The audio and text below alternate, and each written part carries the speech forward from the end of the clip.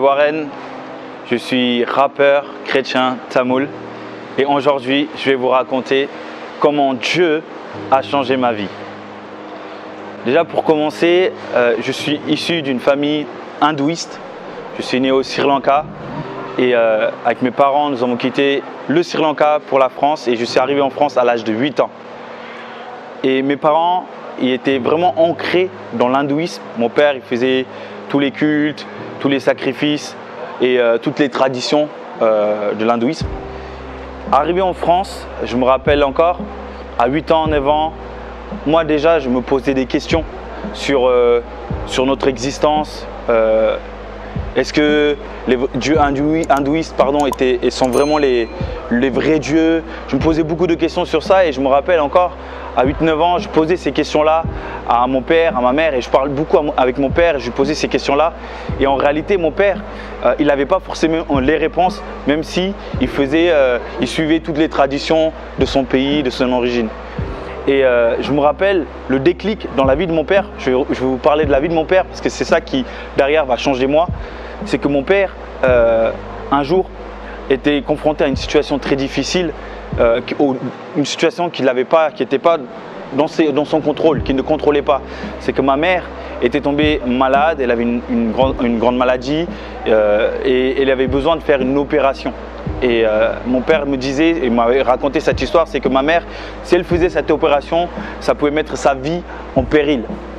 À ce moment-là, mon père avait décidé d'aller à l'église de sa famille parce que toute notre famille avait accepté Jésus, à part mes parents et moi. Du coup, il allait à l'église tous les dimanches et il allait prier avec le pasteur. Et le pasteur avait dit à mon père, jeûne une semaine, prie Jésus, même si tu ne le connais pas, cherche-le et va voir les docteurs. Et mon père a mis en pratique cela.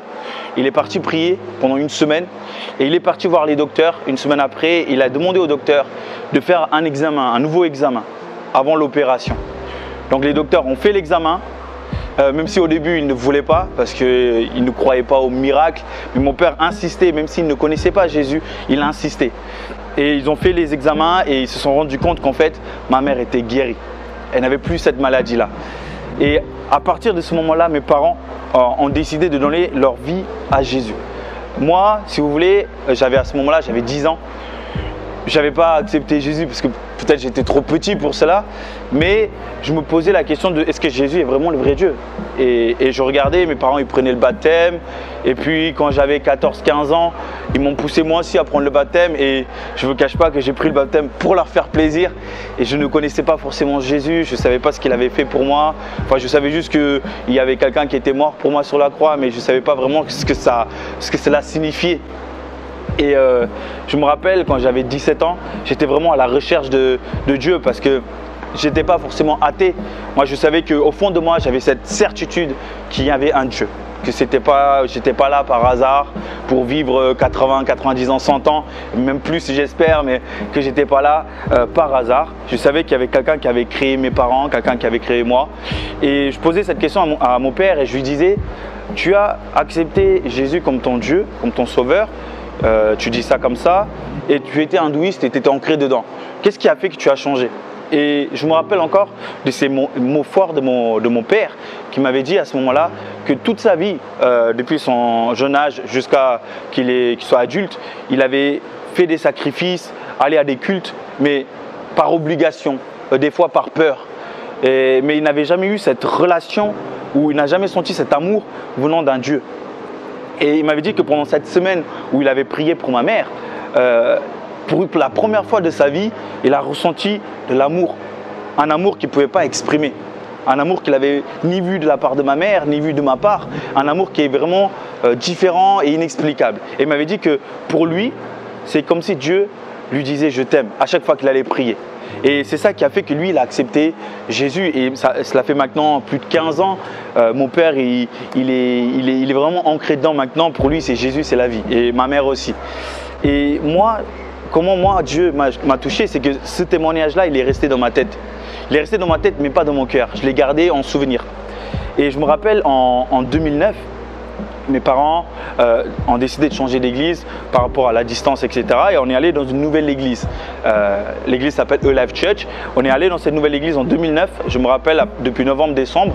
Mais j'allais, moi, en réalité, je vais vous le dire, j'allais que pour les jeunes parce qu'il y avait des filles, des garçons. J'allais que pour ça. Mais sinon, les dimanches, je ne voulais pas du tout être là en train de chanter ou prier. Parce que je n'avais pas l'habitude de prier, même si j'avais l'habitude de parler à un Dieu que je ne connaissais pas forcément. Et je me rappelle, pour le culte de minuit, de 2009 à 2010, on était partis à l'église avec mes parents. Moi, je voulais aller avec mes amis, mais ils m'ont forcé. J'ai dit, ok, bon, pour leur faire plaisir, je vais aller à l'église. Je pense que beaucoup d'entre vous, peut-être vous avez déjà vécu ça pour une nouvelle année, une veillée de prière, etc.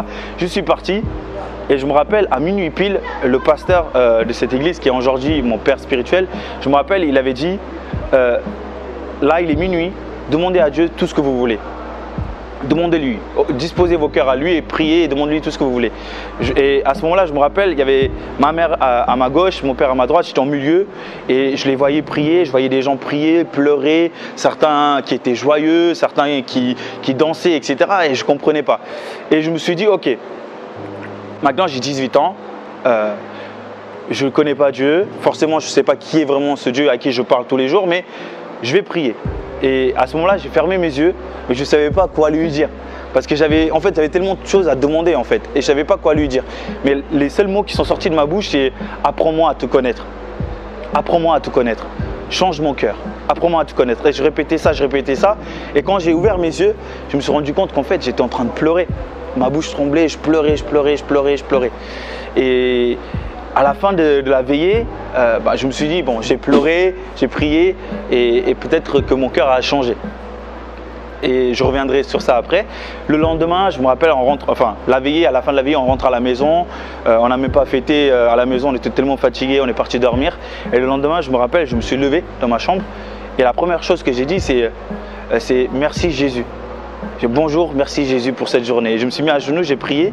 Et après, je me suis rendu compte qu'en fait, c'est quelque chose que je n'ai jamais fait de ma vie. Mais pourquoi je lui ai dit bonjour?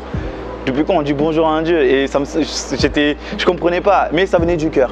Et ça venait du cœur. Et en parlant du cœur, ce jour-là, je me rappelle, le premier jour de l'année 2010, je me rappelle que en fait, mon cœur, tous les désirs, tout ce que j'avais envie, tous les peurs, tout avait disparu. J'avais l'impression que quelqu'un avait fait une opération chirurgicale pendant mon sommeil et il m'avait remplacé mon cœur. Vous voyez, pas seulement mon cœur qui est dans mon corps, mais mon cœur spirituel. Et pour vous dire mon cœur, comment il était avant. J'étais quelqu'un de peureux. J'avais peur de tout. J'avais peur du noir, j'avais peur de sortir seul dehors, j'avais peur de l'avenir. J'étais quelqu'un de très timide. Si aujourd'hui je parle devant vous, c'était quelque chose que j'aurais jamais pensé pouvoir parler devant une caméra. Par exemple, il y a 10 ans, je tremblais devant les gens. Je me rappelle le nombre de fois où je devais faire je devais présenter quelque chose devant mes collègues, enfin mes camarades de classe. J'allais aux toilettes en courant pour aller aux toilettes parce que j'en pouvais plus. J'étais quelqu'un qui était timide, peureux et aussi j'étais perdu dans ma vie. Je ne savais pas ce que le futur me réservait. J'étais perdu et des fois je me disais mais à quoi ça sert de vivre puisque je ne sais pas ce qui m'attend. Est-ce que je vais devenir comme les autres, avoir un diplôme, un travail et puis avoir des enfants, marier et puis mourir? C'est tout. C'est ça la vie. C'est comme ça que je voyais la vie. Et je me rappelle à partir de cette année 2010, j'avais plus peur. Je me rappelle mes peurs, toutes mes peurs m'avaient quitté. La timidité m'avait quitté et j'étais pas perdu. En fait, je ne savais toujours pas où j'allais, mais je n'étais pas perdu. Comment vous expliquer? C'est comme être dans le noir et voir une lumière qui vous guide. Et ben, c'était ça. Je voyais une lumière qui me guidait, qu'il fallait que je passe par là.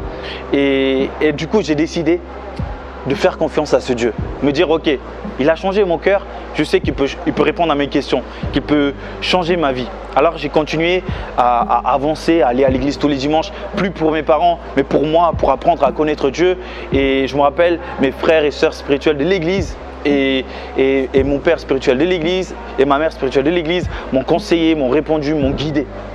Ils n'ont peut-être pas eu les réponses à toutes les questions parce que le reste des questions, c'est Jésus qui me répondait à travers la parole. Parce que toutes les questions, ce ne sont pas les hommes qui l'ont. Des fois, il faut vraiment lire. Et c'est à travers la parole que je trouvais des réponses à des questions où, quand j'étais perdu, j'avais besoin de ces réponses-là. Ok. Et ensuite, je me rappelle, J'avançais, mon cœur avait changé, mais j'avais toujours la tentation. Il y avait toujours des mauvaises fréquentations qui étaient là autour de moi, dont je n'arrivais pas à me débarrasser. J'avais des tentations, je sortais dehors, beaucoup avec des femmes, etc. Et je me rappelle un jour, quand les gens ont commencé à me juger, me dire « Ouais, tu es quelqu'un qui dit qu'il va à l'église, mais regarde la vie que tu as dehors. Tu dis que tu connais Dieu, mais regarde la vie que tu as dehors. » Alors je suis parti dans ma chambre et j'ai dit « Seigneur, au début je ne te connaissais pas. Aujourd'hui, tu t'es révélé à moi, tu as changé mon cœur. Mais en fait, ça ne suffit pas. Pourquoi je ne suis pas totalement différent à 100%? » Et je me rappelle d'une phrase, d'un mot que Dieu a mis dans mon cœur, c'est « Fais-moi confiance. Fais-moi confiance. » Et du coup, j'ai commencé à jeûner, à prier, lire des chapitres et des chapitres et des heures de prière. Je pensais avoir une autre réponse. Et je me rappelle, j'ai fait ça pendant 10 jours. Et après cela, je suis retourné devant Dieu et j'ai dit, donne-moi une réponse. Et sa réponse était la même, fais-moi confiance. Et alors là, c'est là que je me suis rendu compte qu'en fait, Dieu ne voit pas les choses comme les hommes voient. Les plans de Dieu sont différents. Et Dieu n'a pas forcément besoin que tu pries 10 heures ou que tu lis la Bible sans arrêt du matin au soir. Mais il a besoin d'un cœur disposé. D'un cœur disposé, d'un cœur prêt à écouter. Et à partir de ce jour-là, c'est là que j'ai pris la décision d'écouter, écouter, pour pouvoir le connaître davantage. Parce que c'est comme dans une relation. Si tu n'écoutes pas, tu ne peux pas connaître la personne qui est en face de toi. Mais tu vas faire que parler de toi. Parler de toi, de toi et de toi. Et en fait, dans une conversation, si je fais que parler de moi à quelqu'un, cette personne-là, elle va se lasser de moi. Mais il faut écouter la personne. Qu'est-ce qu'elle veut dire? Et c'est là qu'on apprend à connaître cette personne. Et je me rappelle, à partir de ce jour-là, je me suis dit, ok, moi, je vais moins parler et je vais plus t'écouter.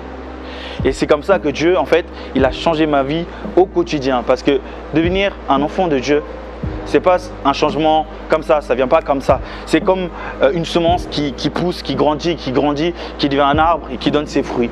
Bah, c'est pareil. La vie chrétienne, c'est comme ça. Si tu cherches juste une journée et tu dis non, j'ai pas trouvé Dieu, bah, c'est normal. Je vous ai pas dit, moi je suis artiste, je fais du rap chrétien, je sais pas si je vous l'ai dit au début. Et j'ai commencé à ce moment-là à écrire des chansons. Parce que Dieu me mettait à cœur d'écrire des chansons. Et c'est vrai qu'avant de devenir chrétien, j'écrivais des chansons pour les femmes. Des fois, mes chansons, enfin mes paroles étaient remplies de gros mots, des mots vraiment dégueulasses, entre guillemets. Mais Dieu m'a mis à cœur d'écrire des chansons. Je chantais à Noël et ça touchait des gens. Et je chantais, j'enregistrais, j'écoutais dans la voiture ces chansons-là au lieu d'écouter des chansons du monde. Parce que je ne connaissais pas encore des artistes chrétiens que je pouvais écouter. Et je parle d'il y a 10 ans.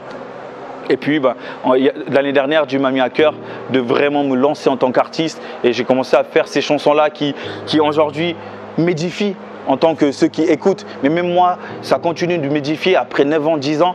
En fait, ce que je veux dire, c'est que même si aujourd'hui, je sers Dieu dans mon église avec mon père spirituel, avec mon pasteur, mes parents, je sers Dieu. Même si je fais des chansons, du rap chrétien et que les gens écoutent et sont bénis, même aujourd'hui, je sais que je grandis. Et je sais que dans 10 ans, je serai encore en train de grandir. Et donc, vous qui regardez cette vidéo et qui écoutez simplement comment Dieu a changé ma vie, aussi simplement que ça, il n'y a pas eu un ange qui est descendu du ciel, il n'y a pas eu une météorite qui est venue changer ma vie. C'est aussi simplement que ça, c'est vraiment disposer son cœur, prêt à l'écouter. Parce que je connais des amis, des proches qui disent « Non mais Dieu n'existe pas. Dieu n'existe pas, c'est pas possible, je l'ai cherché. » Et quand je leur demande comment tu as cherché, c'est j'ai parlé autour de moi, j'ai parlé à des chrétiens, j'ai parlé à des musulmans, j'ai parlé à des hindouistes et j'ai pas trouvé Dieu. Et en réalité, j'ai fait la même chose. Mais si tu veux vraiment trouver Dieu, si toi, tu as vraiment envie de le trouver, pas seulement se dire je veux chercher Dieu par obligation ou pour dire que je l'ai cherché, mais si vraiment tu as la soif de chercher Dieu, ne pas te dire que ok, on est tous là par hasard ou par la science ou par une météorite qui est tombée sur terre. Non, si tu veux vraiment chercher Dieu, cherche-le vraiment avec un cœur disposé. Et je sais que comme Dieu s'est révélé à moi à travers son Fils, le Seigneur Jésus-Christ, je crois fort qu'il se révélera à toi aussi au temps convenu. Parce que Dieu a placé un temps pour chacun d'entre nous. Moi, c'était en fin 2009, début 2010 qu'il a touché et changé mon cœur. Et chaque jour, il change mon cœur. Toi, ce sera peut-être tout de suite quand tu regardes cette vidéo, ce sera peut-être demain ou dans 10 ans. Mais Dieu a placé un temps pour chacun d'entre nous. Et aussi, avant de terminer, je me sentais beaucoup pécheur. Et même après que Jésus a changé mon cœur, je me sentais pécheur. Je pensais que ce Jésus qui a donné sa vie pour moi, lui qui est saint et parfait, lui qui a créé toutes choses, je pensais qu'il ne pouvait pas vouloir de moi parce que j'avais commis beaucoup de choses mauvaises, adultère, alcool, toutes ces choses-là. Mais tu dois savoir que Dieu, il est parfait. Mais nous, il nous aime tels que nous sommes. il nous a laissé le libre arbitre. Pourquoi? Parce que malgré nos erreurs, il faut que nous soyons prêts à venir vers lui, à nous exposer à lui. Malgré nos faiblesses, nos péchés, nos échecs, il faut que nous soyons prêts à lui faire confiance et à exposer cela à ses pieds. Le jour où on sera prêt à nous humilier et à nous ouvrir entièrement à lui, ce jour-là, il se révélera à nous. Je le crois fort et puis que Dieu vous bénisse abondamment. C'était Warren. Soyez bénis.